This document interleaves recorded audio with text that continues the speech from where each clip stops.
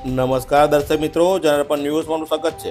વાઘોડિયા તાલુકાના ગોરજ ગ્રામ પંચાયતના ગણેશપુરા ગામે પાણી વિના તળવળતા ગ્રામજનો। ભર ઉનાળે પાણી માટે ગ્રામજનોને હાલાકી ભોગવવાનો વારો આવ્યો છે।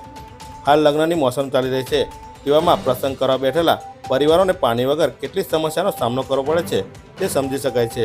છેલ્લા 1-1.5 મહિનાથી ગણેશપુરા ગામે પાણી માટેની બોર કરવામાં આવેલ બોરમાં મોટર બગડી જતા ગ્રામ પંચાયત દ્વારા રિપેરિંગ કરવામાં આવતું નથી તેવા આક્ષેપો ગામની મહિલાઓએ લગાડ્યા છે।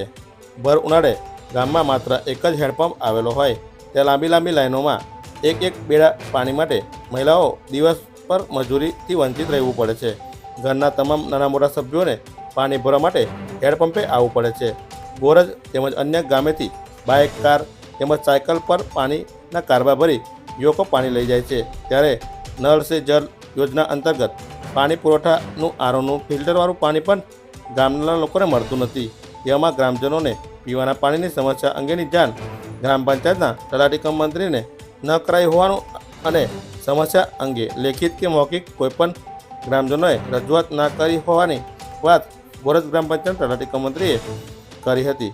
જો આ સમસ્યા હશે તો નિરાકરણ કરી આપીશું તેમ તલાટી કમ મંત્રીએ ટેલિફોનિક વાતમાં જણાવ્યું હતું। તેવામાં ગ્રામજનોની પાણીની માંગ તંત્ર ક્યારે પૂરી કરે છે તે જોવાનું રહ્યું।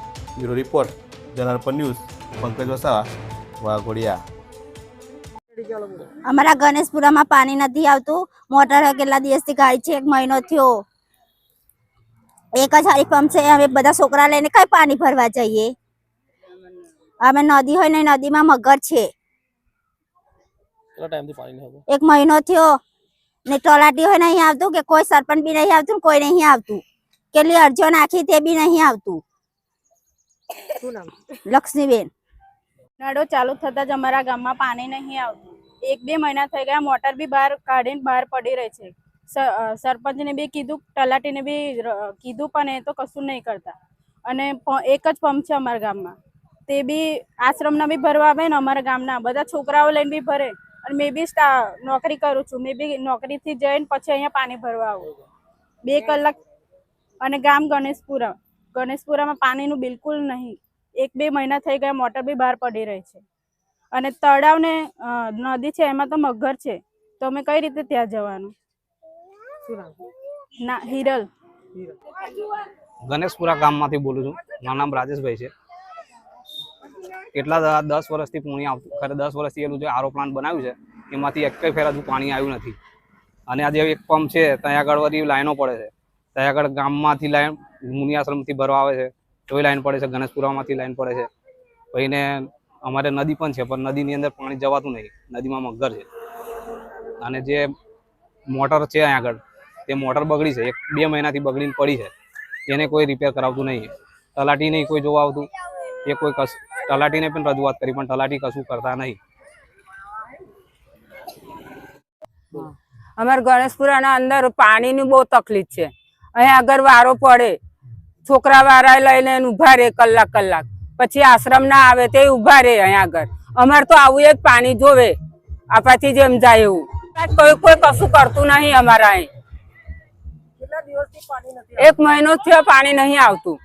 લગ્ન હતા તોય પાણી નહીં અમારે અહીંયા આગળ। પછી શું કરવાનું? પંપેથી લઈ જઈને ખાવા બનાવીને ખવડાવ્યું બધું। ટેન્કર 2500-2000 રૂપિયા તો ટેન્કર વાળો લઈ જતા, અમારે શું કરવાનું? તલાટી બલાટી કોઈ આવતું નહીં અહીંયા આગળ ને કોઈ કહેતું નહીં કે આવું કરવાનું તેવું કરવાનું, એ તો મળી જશે એવું કે છે અમને, બીજું કશું કહેતા નહીં। કાંતાબેન। અમારા ગામમાંથી 1 મહિનાથી પાણી નહીં આવતું। હેડપંપે તો લાઈનો પડે છે, એક જ હેડપંપ કઈ ભરવા જવાનું?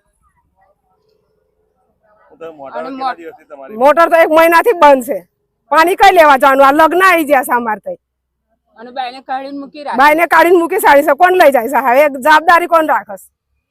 પાણી જોવે, અહીં તો બીજી વાત નહીં, પાણી જોવે અમારે તો।